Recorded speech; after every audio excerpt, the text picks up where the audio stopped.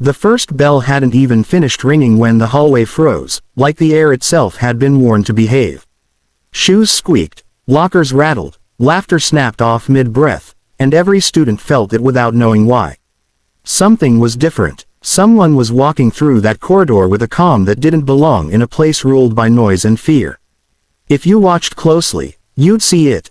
The way her steps were measured, the way her eyes stayed forward, the way she didn't flinch when whispers turned into cruel grins.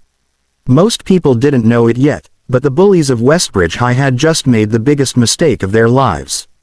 She was the new teacher, Ms. Hannah, and she carried herself like someone who had survived storms others only joked about.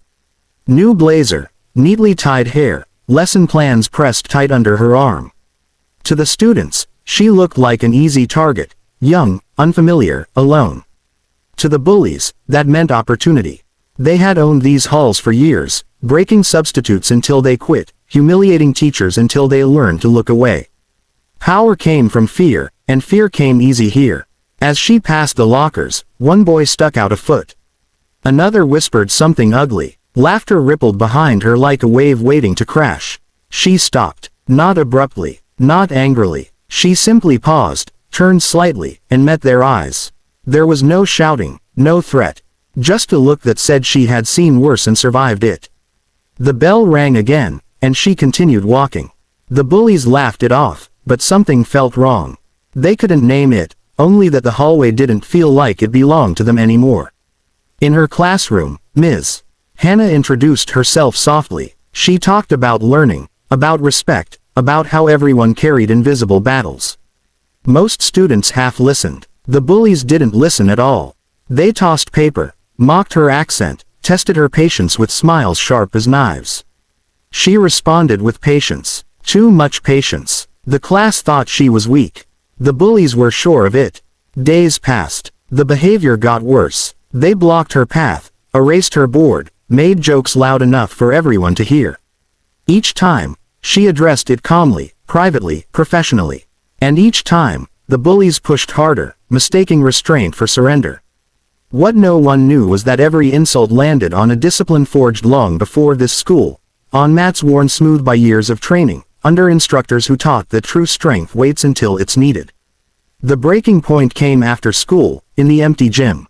A group of students had stayed behind for detention, including the worst of the bullies. Words were exchanged, lines were crossed. One boy stepped too close, invading her space, laughing as if daring her to react. The room held its breath. She exhaled. What happened next wasn't loud. It wasn't flashy. It was precise. In one smooth motion, she redirected his momentum, guiding him safely but firmly to the floor, pinning him without harm, without rage. The others froze. Fear replaced laughter. Ms. Hannah released him immediately, stepped back, and straightened her blazer. "I don't enjoy using force," she said evenly. "But I won't allow intimidation. Ever." Silence filled the gym. Not the silence of fear alone, but of understanding. These weren't kids facing a victim. They were facing someone who had mastered control, of body, of mind, of emotion. The incident was reported. Administration intervened. Consequences followed. Parents were called. The story spread, but not as gossip, more like a warning wrapped in awe. That night, the bullies didn't sleep well. The next morning began with another hook, sharper than the first. The halls buzzed, not with laughter, but with curiosity. Students watched as Ms. Hannah walked in again, the same calm steps, the same steady eyes. The bullies were there too, quieter now, shoulders tense, confidence cracked. They expected punishment, humiliation, revenge. They got something else. In class, Ms. Hannah spoke about power. How real power protects instead of destroys, how discipline is choosing when not to strike. She shared pieces of her past without drama, training to defend herself after being bullied as a child, learning Taekwondo not to hurt others but to stop being afraid. The room listened, really listened. One of the bullies raised his hand. His voice shook. He apologized, not just to her, but to the class.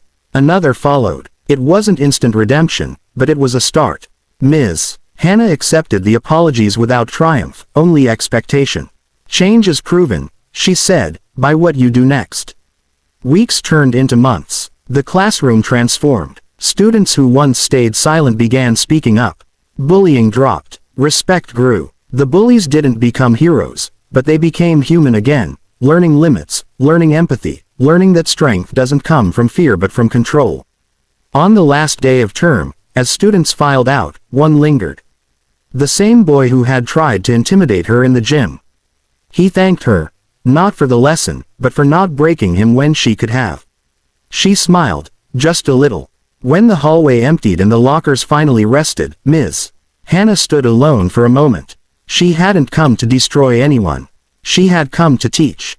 And sometimes, teaching meant showing the world that the quietest strength is the kind that ends violence without becoming it. If there was a lesson Westbridge High would never forget, it was this: never mistake kindness for weakness, and never assume you know someone's power just because they haven't used it yet.